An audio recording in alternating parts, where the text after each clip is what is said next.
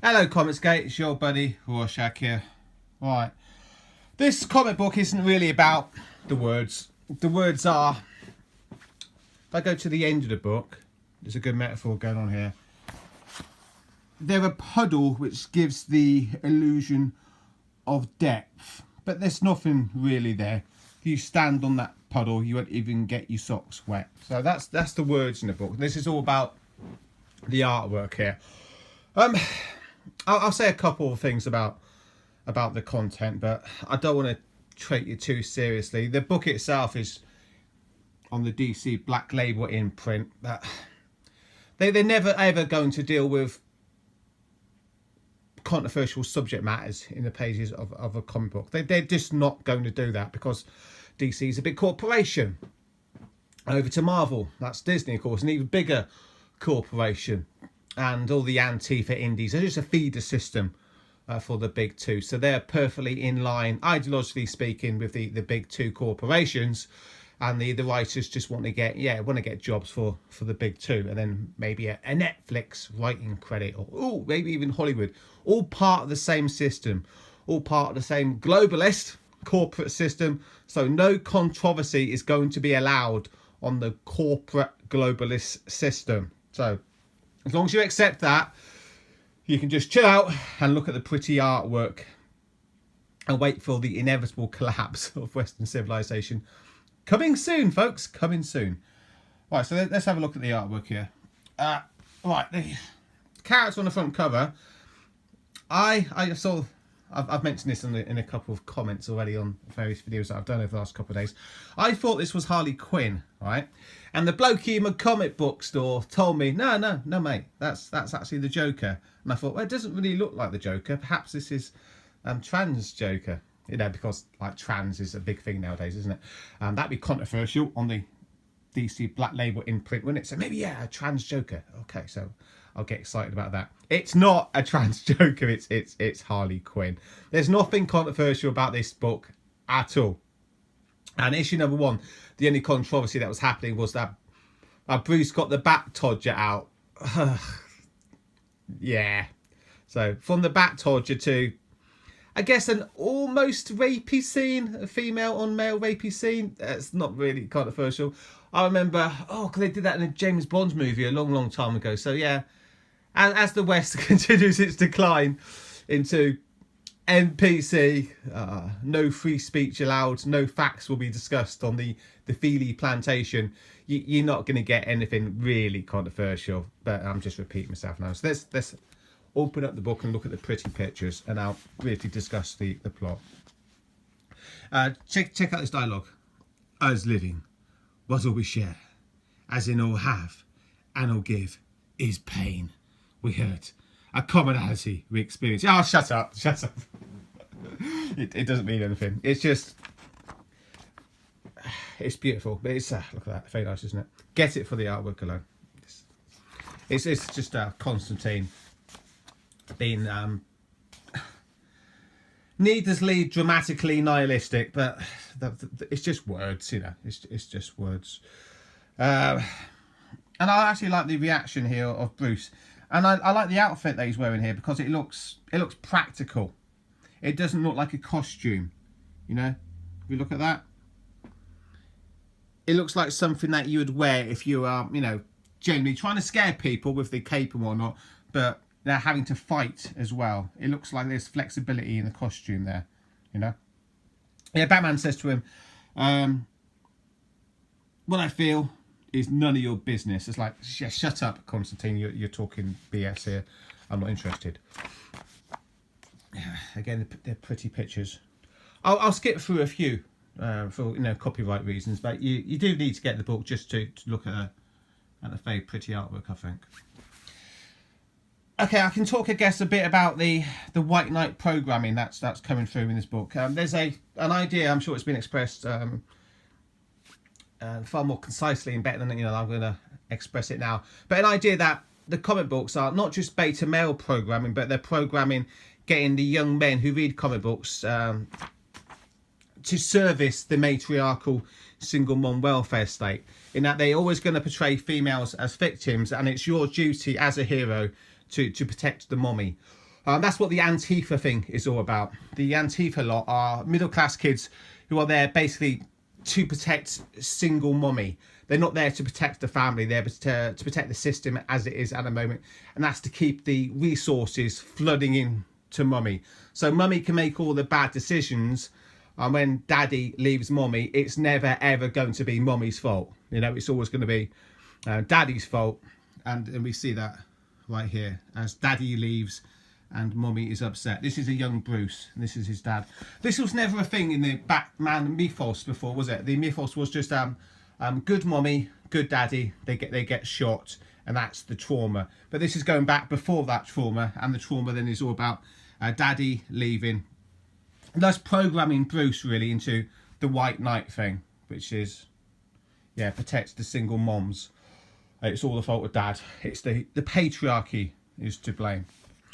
And there's a moment here when Bruce is, as a child, is blaming mommy for, you know,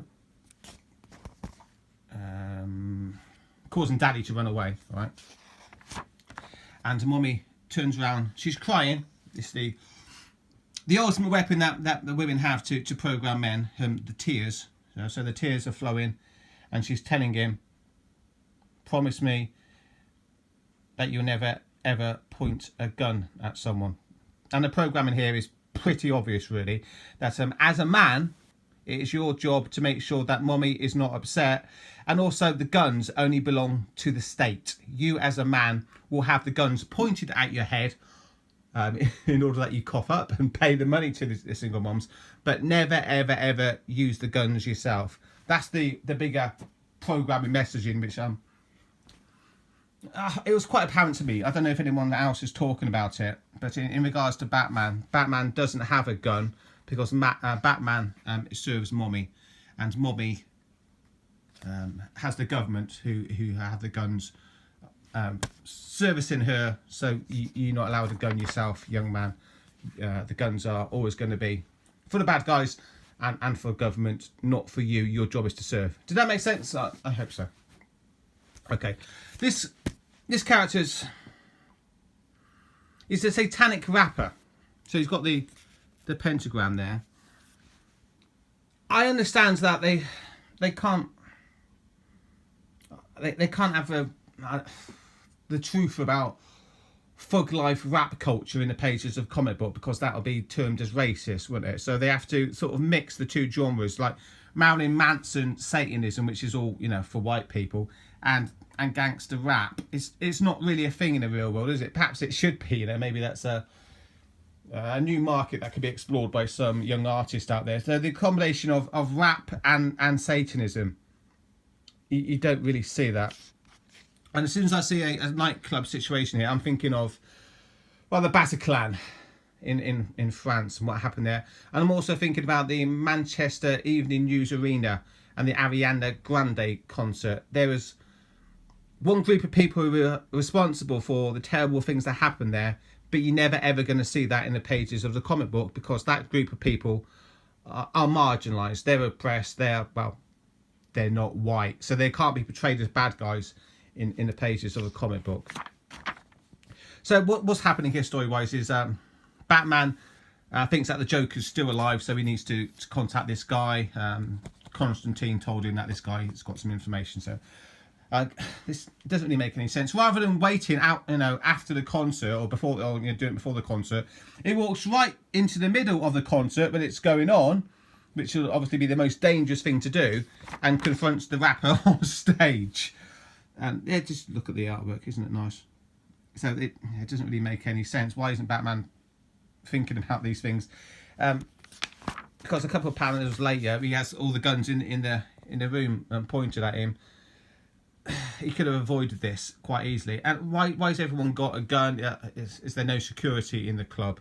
So again, it's best not to think too deeply about this. It doesn't really make too much sense, really. But, you know, pretty pictures. Oh, and Dead Man is in the book as well, and he's rushing to the aid of Batman here, because remember, Batman can't do anything.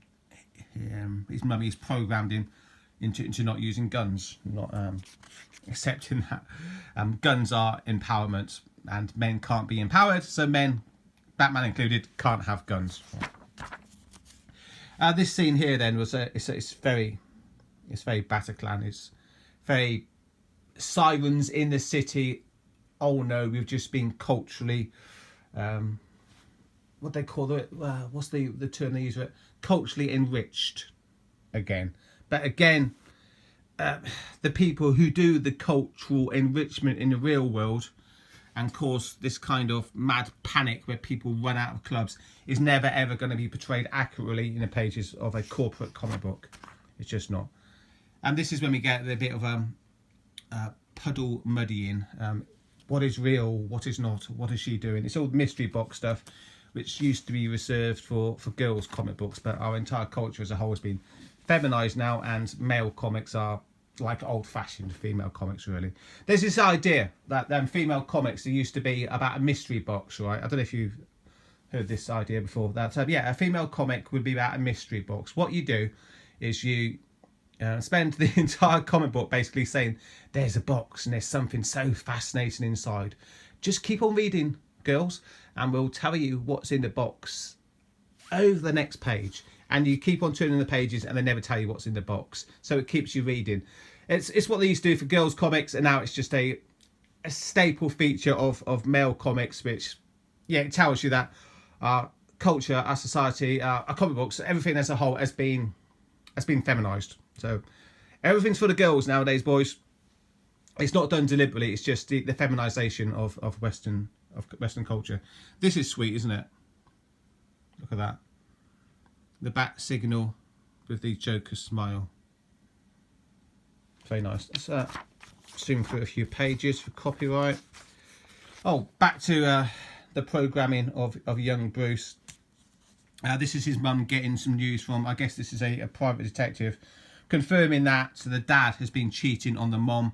So it's the dad's fault that the family is going through this trauma. And again, the woman will always be portrayed as blameless in popular culture today, because this is about programming young men. It's your job to serve the lady, and when you get taller and taller and taller and she's weaker and weaker and weaker, she's going to continue to manipulate you for the rest of your life, kid. When I'm talking about this kid, I'm talking about men as a whole in the West today. That's what the MGTOW movement is all about. It's a reaction against this very early programming, which continues, for men, for the entire lifespan of most men, if they don't realise what's going on and how they're being emotionally manipulated by females aligned with the guns of the state. Let's flash through a few panels and let's get to some action. So we have these guys here, machine gunning people. Again, they're not going to be the kinds of people you see running around Paris machine gunning people, or the type of people, you know, operating in a Belgium train station. They can't do that. They'll never do that. But let's look at the pretty pictures again, and the costume. You can really see it there, can't you? How it looks like, and the big heavy boots, the flexibility in the costume. How this could be something that you'd actually wear if you wanted to kick ass in the real world. So I like that. And is Harley Quinn, not trans Joker. She's angry because, well, she assumes that Batman has killed the Joker, but has he really? Probably not. Probably not. Let's have a look at some of the dialogue here. I don't want to live. I can't without him.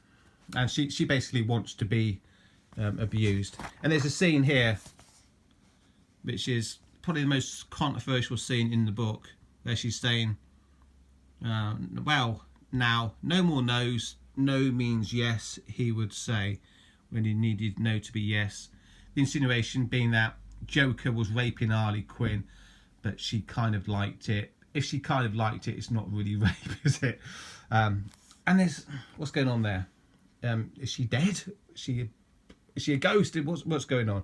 And then I'll show you the puddle at the end. It's kind of, yeah, blurry and things. You don't know who's dead, who's alive, or what's really going on. But then again, that's just the feminization of the comic book and culture as a whole, which I've already discussed, keeping you guessing, so you're not quite sure about what's going on. I'm sure they'll reveal what's in the box later on. You just have to buy issue number 3, then issue number 4, and then issue number 5. That's how it's working. So, overall, a very, very pretty comic book. The art by Lee Bermejo. The writing by Brian Azzarello. Yeah. Some White Knight programming.